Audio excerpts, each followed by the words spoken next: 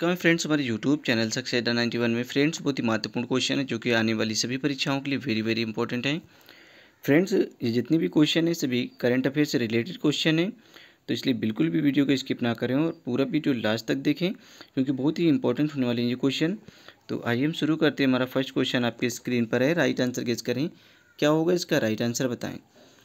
किस देश ने Islamic Republic of Iran shipping lines के साथ व्यापार करने के लिए ईरान, चीन और यूएई के खिलाफ प्रतिबंध लगा दिए हैं?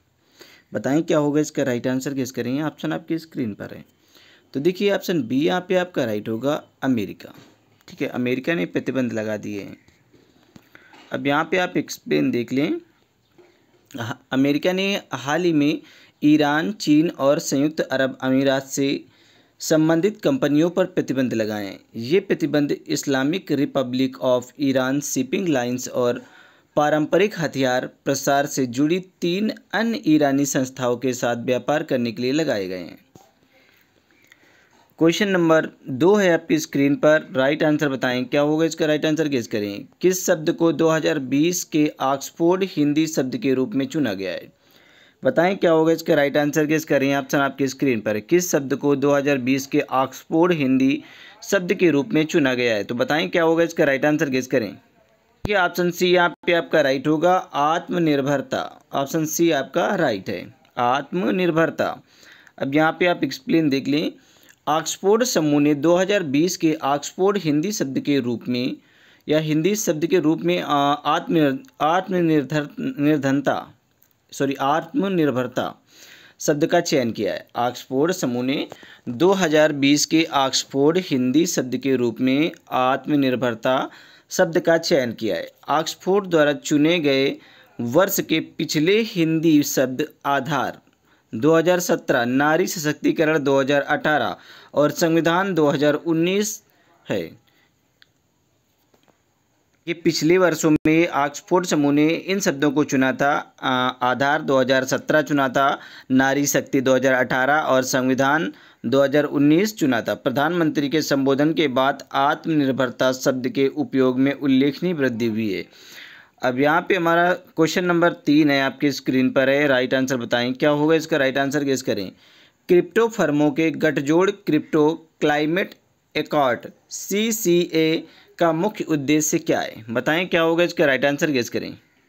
तो देखिए बहुत ही अच्छा क्वेश्चन है। ऑप्शन सी यहाँ पे आपका राइट होगा, ग्रीन हाउस गैस उत्सर्जन को समाप्त करना है। ग्रीन हाउस गैस उत्सर्जन को समाप्त करना है। अब यहाँ पे हम एक्सप्लेन देख लेते हैं। ये रहे आपके नोट्स।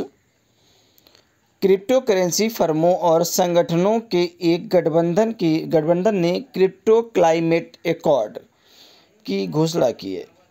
यह एक उद्योग चालित समझौता है जिसमें फर्मों ने 2025 तक अक्षय ऊर्जा स्रोतों पर स्विच करने और 2040 तक ग्रीन हाउस गैस उत्सर्जन को पूरी तरह से समाप्त करने का संकल्प लिया है। क्वेश्चन नंबर 4 है आपकी स्क्रीन पर। राइट आंसर बताएं, क्या होगा इसका राइट आंसर गेस करें। क्वेश्चन कह रहा है कि इवान ड्यूक किस देश के राष्ट्रपति हैं जहां पर हिंसक विरोध प्रदर्शन हो रहे हैं? बताएं क्या होगा इसका राइट आंसर। इवान ड्यूक किस देश के राष्ट्रपति हैं जहां पर हिंसक विरोध प्रदर्शन जारी है? तो देखिए ये ऑप्शन सी यहाँ पे राइट होगा, कोलंबिया। ठीक है, इवान ड्यूक कोलंबिया के राष्ट्रपति हैं। यहाँ पे हिंसक प्रदर्शन चल रहे हैं। अब यहाँ पे आप एक्सप्लेन देख लें। कोलंबिया में एक कर सुधार प्रस्ताव के विरोध में हिंसक विरोध हो रहा है जिसे रूढ़िवादी राष्ट्रपति इवान ड्यूक की सरकार ने बनाया है। विरोध प्रदर्शन में पुलिस और प्रदर्शनकारियों के बीच झड़पों में कम से कम 19 लोगों की मौत हो गई है और 846 लोग घायल हो गए हैं। इस प्रस्ताव में व्यापारों पर करों को बढ़ाने, व्यक्तियों को दी जाने वाली कुछ छूटों को हटाने में, व्यापारियों को दी जाने वाली कुछ यहाँ पे जो छूटें दी गई थी उनको हटाने और वेतन की सीमा को कम करने की व्यवस्था की गई। इसीलिए कोलंबिया में विरोध प्रदर्शन चल रहे हैं, हिंसक विरोध प्रदर्शन हो रहे हैं यहाँ पे इवान ड्यूक के खिलाफ। क्वेश्चन नंबर 5 है आपके स्क्रीन पर। राइट आंसर बताएं, क्या होगा इसका राइट आंसर गेस करें। पहले क्वेश्चन को पढ़ें, उसके बाद ये आंसर दें। हाल के जनगणना के परिणामों के अनुसार जो अभी हाल ही में जनगणना के जो परिणाम आए हैं चीन में, यहाँ पे चीन की बात की जा रही क्योंकि भारत में जनगणना हुई नहीं। हाल के जनगणना के परिणामों के अनुसार चीन की जनसंख्या पिछले 10 वर्षों में कितने प्रतिशत बढ़ी है? तो बताएं क्या होगा इसका राइट आंसर। कितने प्रतिशत बढ़ी हुई है चीन की जनसंख्या? 10 वर्षों की बात हो रही है यहाँ पे। पिछले 10 वर्षों में कितने प्रतिशत जनसंख्या की बढ़ोतरी हुई है? तो देखिए 5.4% हुई है। ऑप्शन बी यहाँ पे आपका राइट होगा। 5.4% की बढ़ोतरी हुई है। अब यहाँ पे देख लें एक्सप्लेन। चीन की जनसंख्या जनगणना के परिणाम हाल ही में जारी की गए हैं जिसमें कहा गया है कि देश की आबादी पिछले 10 वर्षों में 5.4% बढ़ी है और 1.4 बिलियन का आंकड़ा पार कर गई है। 1.4 बिलियन का आंकड़ा पार कर गई है। इन परिणामों से यह भी पता चला है कि 2017 से बाल जन्म दर में लगातार गिरावट आने लगी है। 2017 से बाल जन्म दर में लगातार गिरावट आने लगी है। क्वेश्चन नंबर 6 है आपकी स्क्रीन पर। राइट आंसर बताएं क्या होगा इसका। राइट आंसर गेस करें। क्वेश्चन अच्छा है, अच्छे से पढ़ लें क्वेश्चन को। हार्ट बीट एक्ट, ठीक है, ये हार्ट बीट एक्ट जो हाल ही में खबरों में था किस क्षेत्र से संबंधित है? बताएं क्या होगा इसका राइट आंसर गेस करें। हार्ट बीट एक्ट जो हाल ही में खबरों में था वो किस क्षेत्र से संबंधित है? तो देखिए ये ऑप्शन बी यहाँ पे आपका राइट होगा, गर्भावस्था की समाप्ति से संबंधित है हार्ट बीट एक्ट। यहाँ पे हम एक्सप्लेन देख लेते हैं। हार्ट बीट बिल जो है वो अमेरिका में एक विवादास्पद कानून है। हार्ट बीट बिल अमेरिका में एक विवादास्पद कानून है जो भ्रूण के दिल की धड़कन का पता लगाने के बाद गर्भपात को अवैध बना देता है। जो भ्रूण के दिल की धड़कन का पता लगाने के बाद गर्भपात को अवैध बना देता है। टेक्सास के इस प्रस्तावित हार्ट बीट एक्ट के तहत भ्रूण के दिल की धड़कन का पता चलने के बाद गर्भपात पर रोक लगा दी जाएगी जो गर्भावस्था में 6 सप्ताह तक हो सकता है। क्वेश्चन नंबर 7 है आपके स्क्रीन पर। राइट आंसर बताएं क्या होगा इसका। राइट आंसर गेस करें। Safe food today for healthy tomorrow. 7 जून को मनाए गए किस दिवस की थीम थी? बताएं क्या होगा इसका। राइट आंसर गेस करें। तो देखिए ये ऑप्शन ए यहाँ पे आपका राइट होगा, विश्व खाद्य सुरक्षा दिवस की थीम थी ये। Safe food today for a healthy tomorrow, ठीक है, ऑप्शन ए यहाँ पे आपका राइट होगा। अब यहाँ पे आप एक्सप्लेन देख लें कि 2018 में संयुक्त राष्ट्र महासभा ने घोषणा की कि हर साल 7 जून को विश्व खाद्य सुरक्षा दिवस वर्ल्ड फूड सेफ्टी डे मनाया जाएगा, ठीक है, इसके रूप में मनाया जाएगा। संयुक्त राष्ट्र के अनुसार असुरक्षित भोजन से हर साल अनुमानित 4,20,000 मौतें होती हैं। असुरक्षित भोजन से हर साल अनुमान लगाया गया है कि 4,20,000 मौतें हो जाती हैं। इस वर्ष विश्व खाद्य सुरक्षा दिवस की जो थीम थी वो safe food today for a healthy tomorrow. Question number यहाँ पे 8 है आपकी स्क्रीन पर। राइट आंसर बताएं क्या होगा इसका। राइट आंसर गेस करें। देखिए हिस्ट्री से रिलेटेड ये क्वेश्चन है, ठीक है। नग्न आदमी का धड़ सिंधु घाटी सभ्यता के किस स्थान से मिला है? तो बताएं क्या होगा इसका राइट आंसर। तो देखिए यहाँ पे ऑप्शन सी राइट होगा, हड़प्पा से मिला है। नग्न आदमी का जो धड़ है वो हड़प्पा से मिला है। क्वेश्चन नंबर 9 है आपकी स्क्रीन पर। कनिष्क के दरबार में कौन से विद्वान थे? बताएं क्या होगा इसका राइट आंसर। कनिष्क के दरबार में कौन से विद्वान थे? तो देखिए कनिष्क के दरबार में ये वसुमित्र, अश्वघोष, पौर्ष ये भी थे, नागार्जुन भी थे, चरक थे, माथर थे और ये चरक, अश्वमित्र, अश्वघोष भी थे। तो यहाँ पे उपरोक्त सभी होगा। ऑप्शन डी यहाँ पे राइट है। देख लें यहाँ पे कनिष्क के दरबार में अश्वघोष बौद्ध कवि, माथर राजनीतिक, वसुमित्र, चरक वैद्य, अश्वमित्र आदि सुशोभित थे। क्वेश्चन नंबर 10 है आपके स्क्रीन पर। इंद्रप्रस्थ किस महाजनपद की राजधानी थी? जो इंद्रप्रस्थ है वो किस महाजनपद की राजधानी थी बताएं। देखिए इंद्रप्रस्थ कुरु की राजधानी थी। ऑप्शन ए यहाँ पे आपका राइट है, कुरु की राजधानी इंद्रप्रस्थ थी। अब यहाँ पे देख लें, इंद्रप्रस्थ कुरु महाजनपद की राजधानी थी। इंद्रप्रस्थ वर्तमान दिल्ली शहर का पुराना नाम है। दिल्ली शहर का पुराना नाम, पहले इसका नाम था इंद्रप्रस्थ था, ठीक है। दिल्ली शहर का जो पुराना नाम है वो इंद्रप्रस्थ है।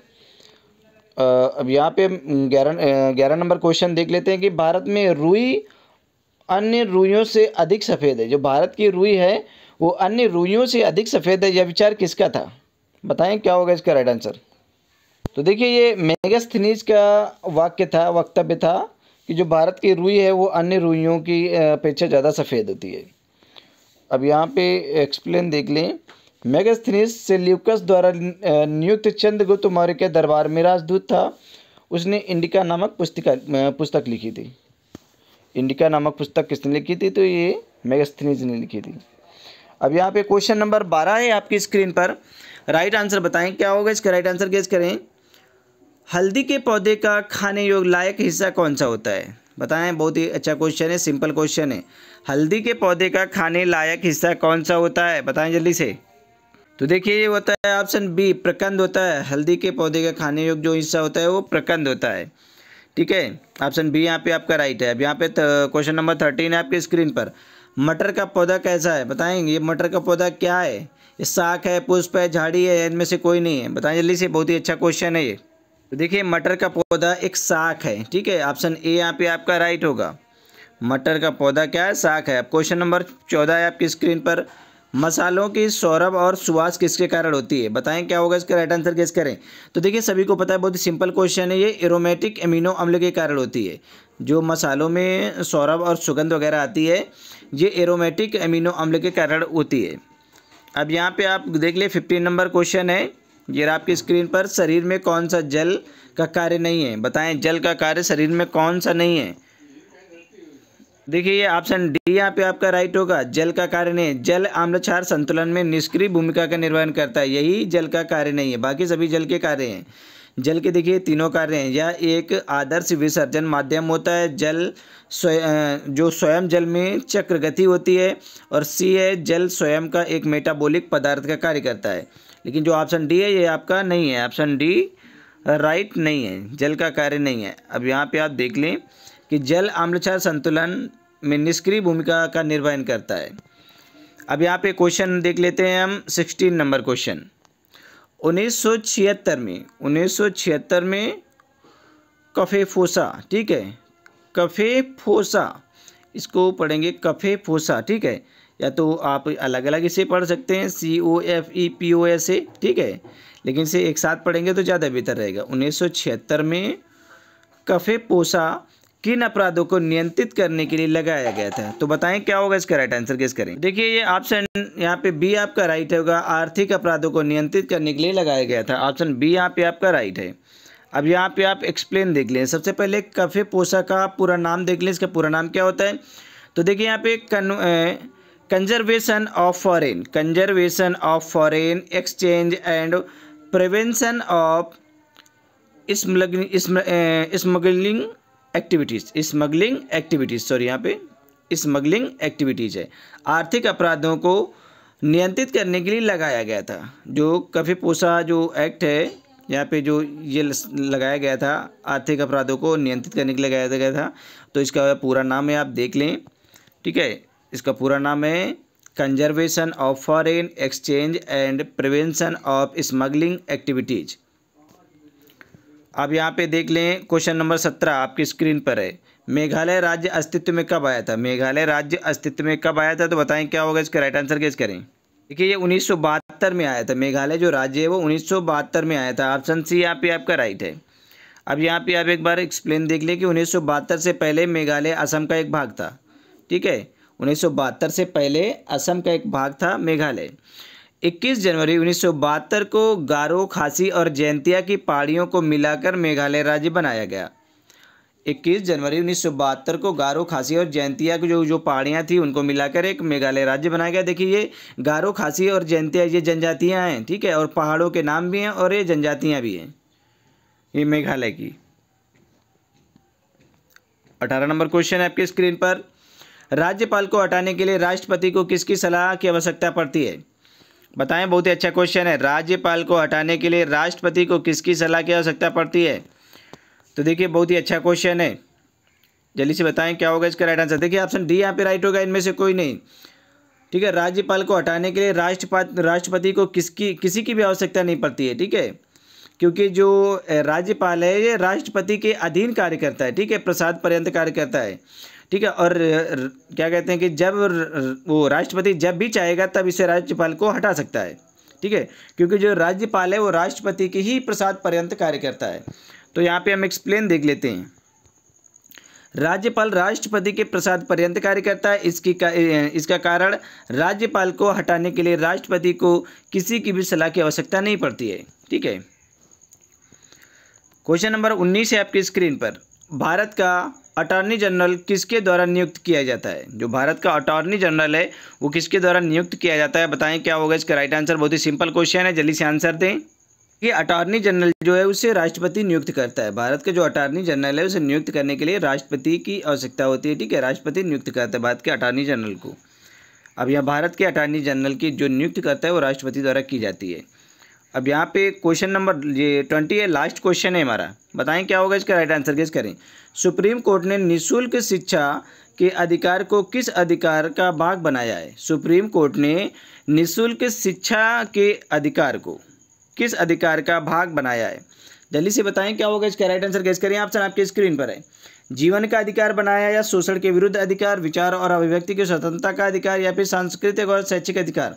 तो देखिए ऑप्शन ए यहाँ पे आपका राइट होगा, जीवन का अधिकार। जो सुप्रीम कोर्ट ने निःशुल्क शिक्षा के अधिकार को जीवन का अधिकार बनाया है। ठीक है, तो ये लास्ट क्वेश्चन था हमारा 20 नंबर।